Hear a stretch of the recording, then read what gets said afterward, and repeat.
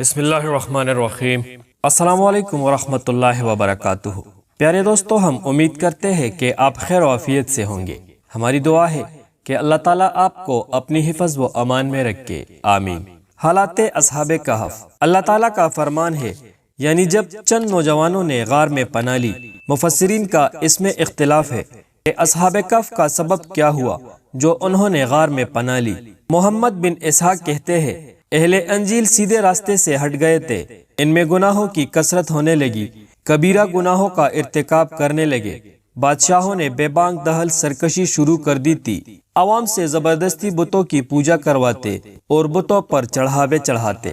تاہم پھر بھی کچھ اللہ والے ایسے تھے جو دین عیسوی پر کاربند تھے، توحید کا اقرار کرتے اور اللہ کی عبادت کرتے۔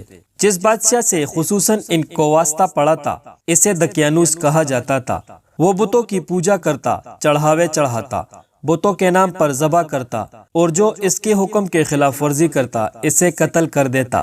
اس نے روم میں قدم رکھا اور وہاں جسے بھی دین عیسوی پر پایا اسے قتل کر دیا۔ اللہ یہ کہ جس نے بت پرستی شروع کر دی وہ اپنی جان بچا سکتا تھا، حتیٰ کہ اصحاب کہف کی شہر میں آیا۔ اہل ایمان پر اس کی آمد بہت ہی گراں گزری۔ اہل ایمان اس سے چپ گئے اور گرد و نواح میں چلے گئے۔ اس نے اپنے کچھ کارندے متعین کر رکھے جو لوگوں کو گھروں میں جا جا کر باہر نکالتے اور انہیں تلاش کرتے اور دقیانوس کے سامنے لا کر کھڑا کرتے۔ دقیانوس اہل ایمان کو قتل اور بت پرستی میں اختیار دیتا۔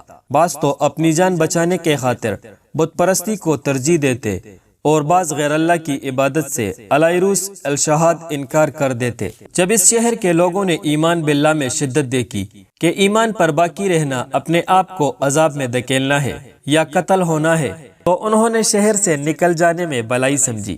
چونکہ ایمانداروں کی لاشیں درختوں، چوراہوں، دروازوں اور گلی کوچوں میں لٹکائی گئی تھی۔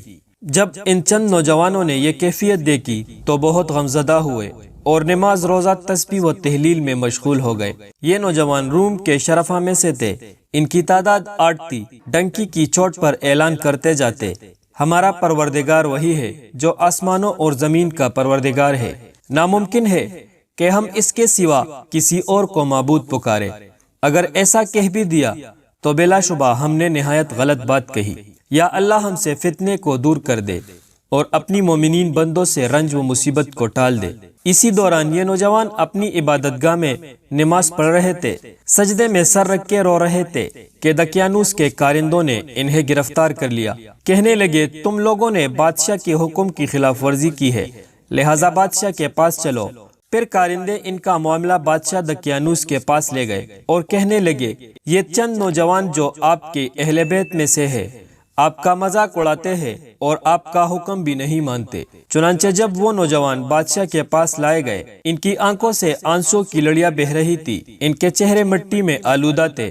بادشاہ نے ان سے کہا، تم ان معبودوں کے آگے جانور کیوں نہیں ذبح کرتے جن کی پوری زمین میں عبادت کی جاتی ہے؟ لہٰذا یا تو دوسرے لوگوں کی طرح ہمارے معبودوں کے لیے جانور ذبح کرو یا پھر قتل ہونے کے لیے تیار ہو جاؤ۔ ان مومنین میں سے بڑے کا نام مکسلمینہ تھا۔ اس نے کہا، بلا شبہ ہمارا ایک معبود ہے جس کی عظمت سے زمین و آسمان بھرے پڑے ہیں، ہم اس کے سوا کسی دوسرے معبود کی عبادت نہیں کریں گے۔ جن معبودان باطلہ کی تم دعوت دیتے ہو ہم ان کا کسی صورت اقرار نہیں کر سکتے، لیکن ہم اپنے پروردگار کی عبادت کریں گے، ہم اسی کی حمد، شکر اور تسبیح کریں گے، ہم اسی سے مانگیں گے، وہی نجات دہندہ ہے اور تمام تر بھلائی اسی کی قبضہ قدرت میں ہے۔ رہی بات بتوں کی، سو کسی صورت ہم ان کی عبادت نہیں کر سکتے، تم جو چاہو کر لو۔ پھر مکسلمینہ کے ساتھیوں نے بھی یہی بات کہی جو اس نے کہی۔ دقیانوس بولا، میں فی الفور تمہیں سزا نہیں دیتا ہوں، بلکہ میں تمہیں تھوڑی مہلت دے دیتا ہوں۔ اپنے معاملے کے بارے میں تم سوچ بچار کرو،